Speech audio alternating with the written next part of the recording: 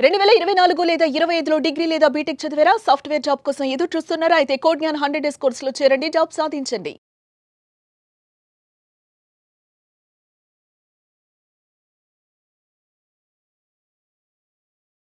నమస్కారం డాక్టర్ శ్రీయాచార్య కృష్ణస్వామి గారు.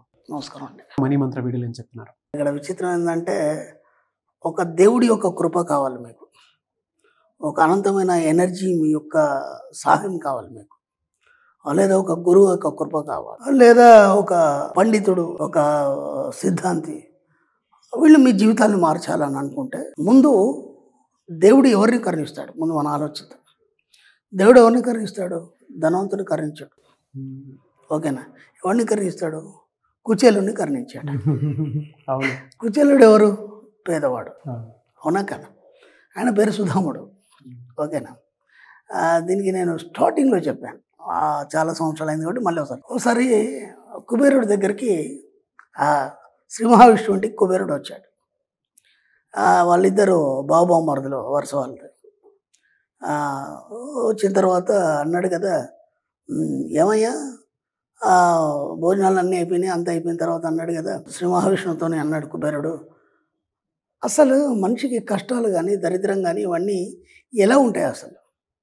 ఎందుకంటే ఆయన కుబేరుడు కదా, దానికి అసలు ఏమీ తెలియదు కదా, అట్లాంటివి అవన్నీ తెలియదు కదా. అంటే ఇక్కడ ఏమవుతుందంటే, నేను ఎందుకు చెప్తున్నానంటే, బాగా ధనవంతుడు అయిపోయినాడు ఒకడు, ఒక మామూలు వ్యక్తి బాగా ధనవంతుడు అయిపోయాడు, లేదా బాగా ధనవంతుడు ఉన్నాడు. ఒక స్థాయికి వెళ్ళిన తర్వాత నేను ఇంతకుముందు కూడా చెప్పాను, అష్టాంగ యోగం అనేది మనకు ఈ షట్చక్రాల్లో అన్ని చక్రాలు దాటిన తర్వాత అయిపోయిన ఏమైతే ఆగ్నేయ చక్రం దాటిన తర్వాత సమాధి స్థితి ఏర్పడుతుంది. దాన్ని అష్టాంగ యోగం అంటారు. యోగ పరిభాషలో పతంజలి యోగంలో అష్టాంగ యోగం అంటారు. ఎందుకంటే అక్కడికి వెళ్ళిన తర్వాత మనసు స్తబ్దం చెంది ఎలాంటి కోరికలు లేని స్థితి ఇది కోరుకుంటుంది. అప్పుడు ఏమవుతుందంటే మనకి మళ్ళీ వెనక్కి వెళ్ళిపోతుంది మనసు. వెళ్ళిపోయి ఈ దాంట్లో ఏముంది, ఏదో ఒక పేదవాడిని కానీ లేకపోతే ఒక పేదరికం ఒక సిచ్యువేషన్ చూసినప్పుడు మనం కూడా అలాగే అయిపోతుంది కదా. లేదంటే ఇవన్నీ వదిలిపెట్టేసి హిమాలయస్ వెళ్ళిపోదామా, లేదంటే ఇవన్నీ వదిలిపెట్టేసి దూరంగా ఎక్కడైనా ఒంటరిగా జీవించాలి అంటే, అంతకుముందు నీకు లేనప్పుడు నువ్వేమో అన్నీ కోరుకున్నావు, అన్నీ సంపూర్ణంగా వచ్చిన తర్వాత నువ్వు ఇప్పుడేమనుకుంటున్నావు అంటే ఇవన్నీ వద్దనుకుంటున్నావు. ఎంత విచిత్రం చూడండి. లేనప్పుడు కోరుకున్నాం, సంపూర్ణంగా ఉన్నప్పుడు వద్దనుకుంటున్నాం. అలాంటి ఆలోచన నీకు ఎందుకు వచ్చింది? ఓకేనా? అనుకున్నప్పుడు ఏమవుతుందంటే నీ ఆలోచన విధానం అనేది వెనక్కి వెళ్ళిపోతుంది.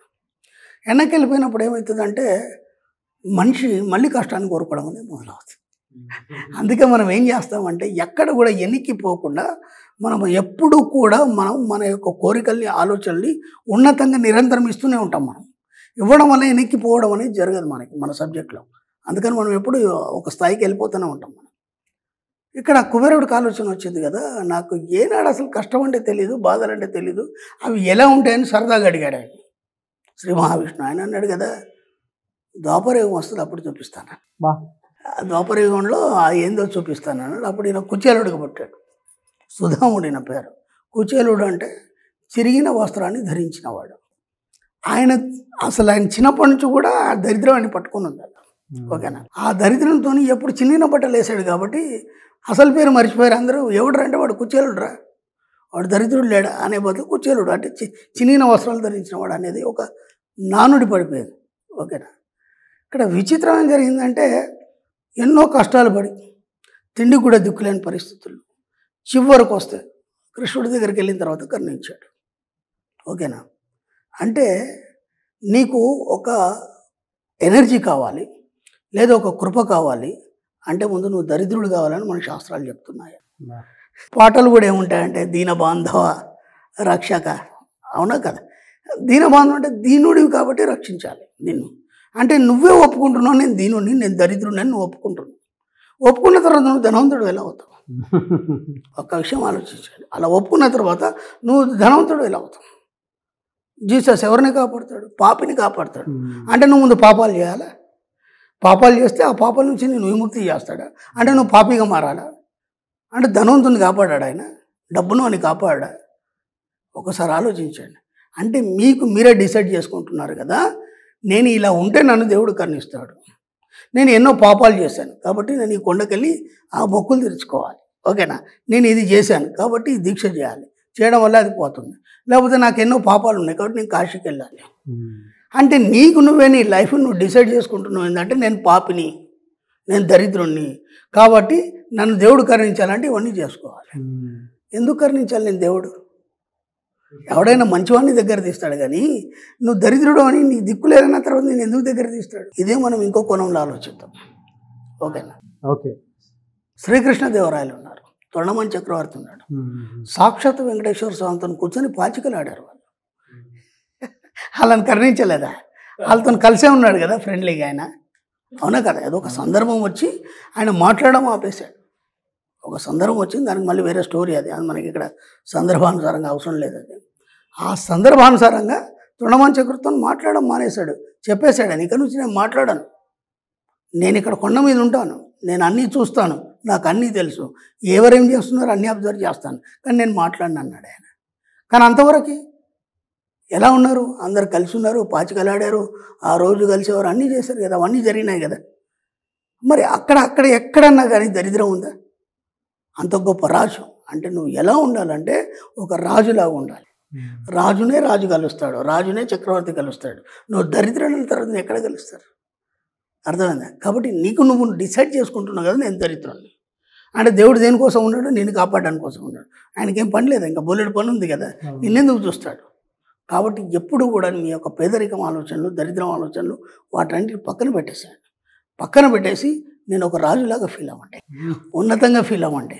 అప్పుడు ఈ యొక్క సామ్రాజ్యం నీకోసం కదులుతుంది. ఎందుకంటే నువ్వు చక్రవర్తి, యు ఆర్ ఎంపరర్. ఆ విధంగా మీ ఆలోచనలు ఉన్నప్పుడు మాత్రం మీరు ఎప్పుడు ఉన్నతంగా ఉంటారు. ఎప్పుడైతే ఇలాంటి ఆలోచనలు ఉంటారో ఎప్పుడు అలాగే ఆ యొక్క స్థితిలోనే ఉంటారు మీరు. కాబట్టి ఏనాడు కూడా మీరు దరిద్రుడు అనుకోవద్దు, ఎందుకంటే మిమ్మల్ని ఎవడు కాపాడేవాడు లేడు. నువ్వు ధనవంతుడు అయినావా, నీ ఆలోచనలు ధనవంతంగా ఉన్నాయా, అన్నీ నీ దగ్గరకు వస్తాయి, నేను ఎవడు కాపాడు. అర్థం? దేవుడు కూడా నీ దగ్గరికి వస్తాడు. చిన్న ఎగ్జాంపుల్ చెప్తాను.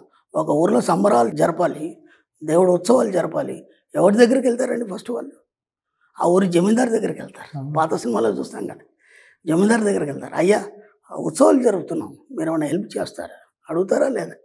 అవునా కదా?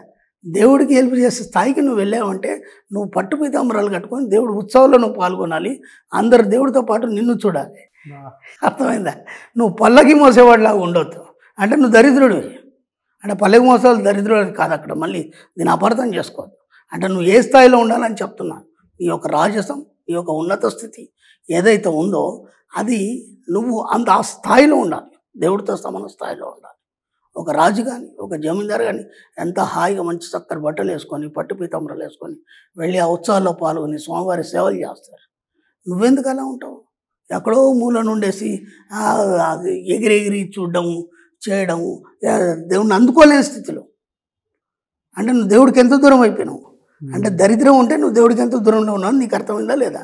నువ్వు ధనవంతుడి సంపాదనతో కూడి ఉన్నప్పుడు దేవుడికి ఎంత దగ్గర ఉన్నావు అర్థమైందా లేదా? అవన్నీ పక్కన పెట్టండి. విఐపి టికెట్లతో ఎంత ఈజీగా వెళ్ళిపోతాం మనం. ఇప్పుడు మామూలు మనిషి అయితే లైన్లో క్యూలు కట్టి వెళ్ళాలి. కాబట్టి దరిద్రాన్ని మీరే ఆపాదించుకుంటున్నారు. దయచేసి దాన్ని మైండ్లో తీసేయండి. మీరు ధనవంతుడిగా ఫీల్ అవ్వండి, ఒక రాజులాగా ఫీల్ అవ్వండి. మీరు దేవుడికి దగ్గర అయిపోతారు. దేవుడు అంటే ఎక్కడో లేడు, మీ ఆత్మస్వరూపంలో ఉన్నాడు.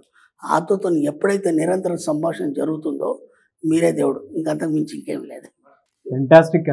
Thank you so much doctor Shri Chirantakrishna Swami గారు.